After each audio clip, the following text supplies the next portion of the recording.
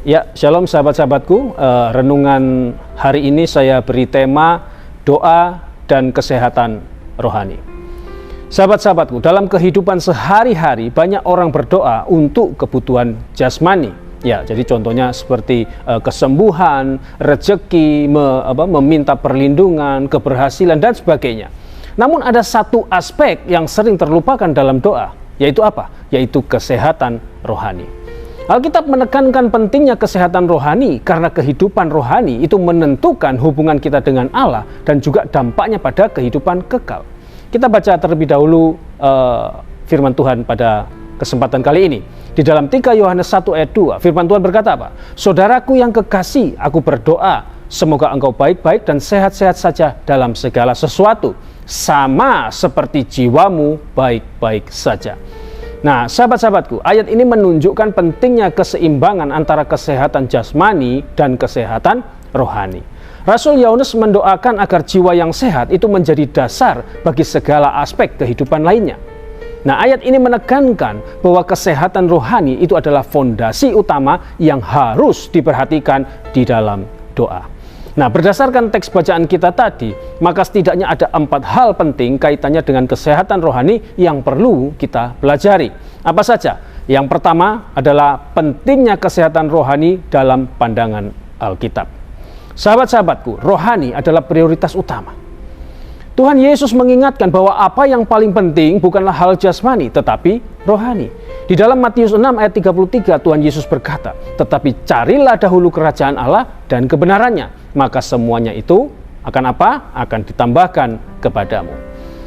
Kesehatan jasmani itu hanya sementara, tetapi kesehatan rohani itu memiliki dampak yang kekal.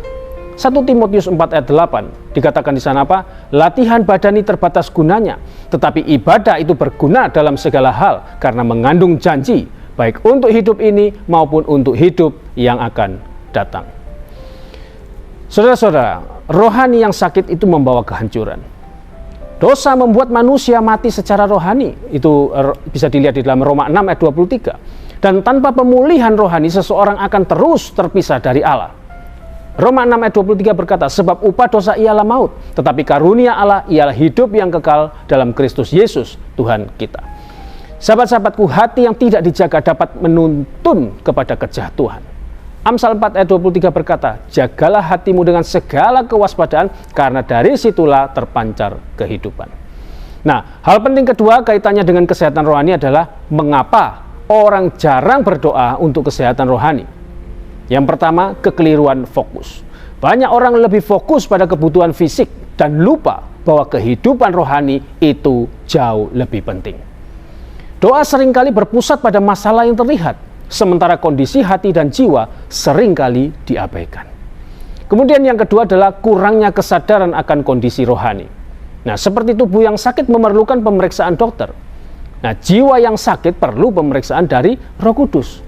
Lihat Mazmur 139 ayat 23-24. Dikatakan, selidiki aku ya Allah dan kenalah hatiku. Ujilah aku dan kenalah pikiran-pikiranku. Lihatlah apakah jalanku serong dan tuntunlah aku di jalan yang kekal.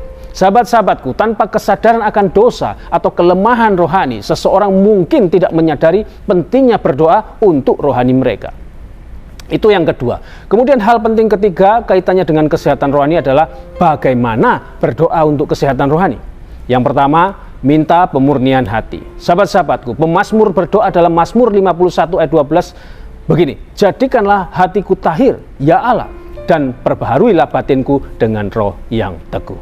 Nah, doa ini menunjukkan keinginan untuk memiliki hati yang bersih dari dosa. Kemudian yang kedua, minta hikmat dan pencerahan rohani.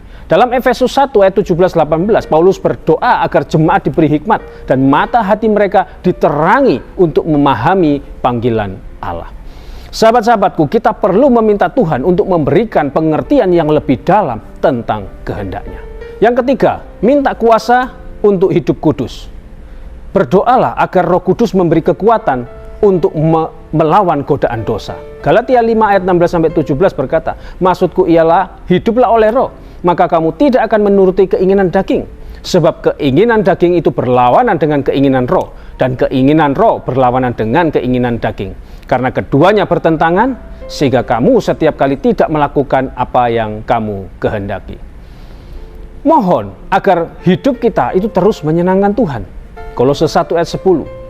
Dikatakan di sana apa? Sehingga hidupmu layak di hadapannya, serta berkenan kepadanya dalam segala hal, dan kamu memberi buah dalam segala pekerjaan yang baik dan bertumbuh dalam pengetahuan yang benar tentang Allah.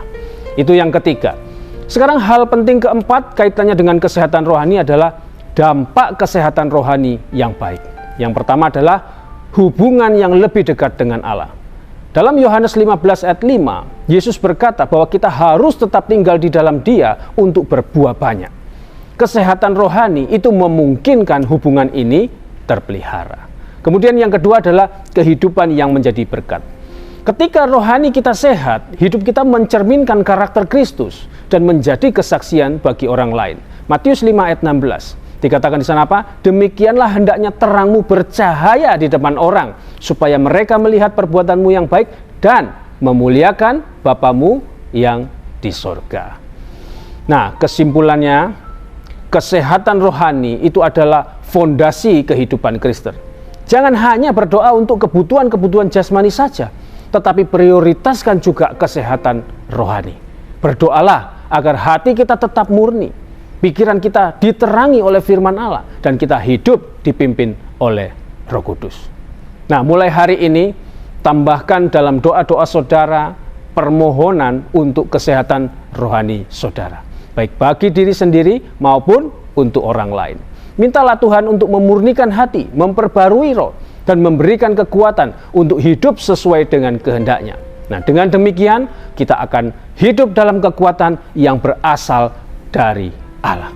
Amin. Puji nama Tuhan, kiranya renungan kali ini dapat dipahami, memberi pencerahan, menambah pengetahuan, menjadi sumber kekuatan dan penghiburan bagi kita semua yang percaya. Amin. Tuhan Yesus memberkati. Shalom.